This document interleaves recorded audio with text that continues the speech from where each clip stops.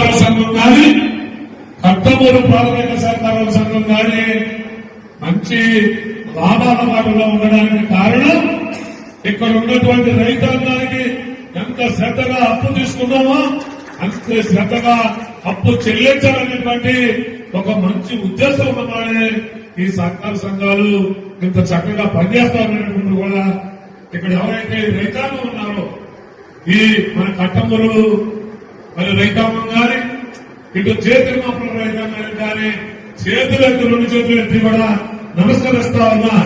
తీసుకున్న అప్పు ఎక్కడ ఉండకూడదు. ఇది ఈ సహకార సంఘం అంటే ఎవరి సొత్తు కాదు.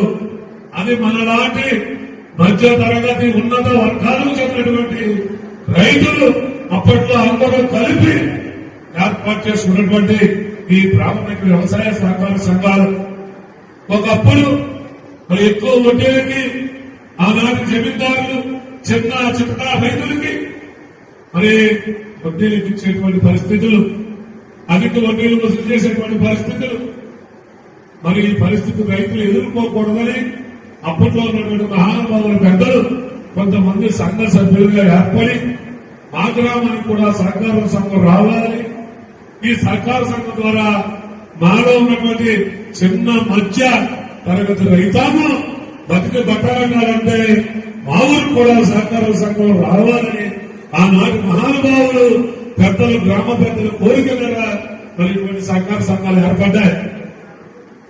మన పూర్వీకుల పడిన కష్టాన్ని మరిచిపోకుండా ఇది మన రైతుల కోసం రైతాంగం కోసం ఏర్పాటు చేస్తున్నటువంటి సంఘాలను బతికించవలసినటువంటి అవసరం మనకు ఉందనేటువంటి కూడా మరి ఇక్కడ ఉన్నటువంటి రైతాంగం కూడా మర్చిపోవద్దనేటువంటి కూడా మీ అందరికీ సవినయంగా తెలియజేసుకుంటూ అధ్యక్షులు వస్తా ఉన్నారు. నేను ఈ రోజు సెంట్రల్ బ్యాంకు ఉమ్మడి తూర్పుగోదావరి జిల్లా సహకార బ్యాంక్ చైర్మన్ గా ఉన్నా. ఈ రోజు శ్రీదేవి రామకృష్ణ గారు ఉన్నారు, డైరెక్టర్ గా మొన్న సత్యనారాయణ గారు, భాస్కర్ గారు. గతంలో అనేక మంది చేశారు, దిగిపోయారు, వెళ్ళిపోయారు. రేపు మేము దిగిపోతాం, వెళ్ళిపోతాం. మేము శాశ్వతం కాదు, రైతు శాశ్వతం, రైతాంగం శాశ్వతం. ఆ సంఘం రైతులు కూడా మీరు మర్చిపోవద్దు. ఇది మన సంఘం, మన రైతులు. ఇది ఎవరి ఒక్క సొత్తు కాదు.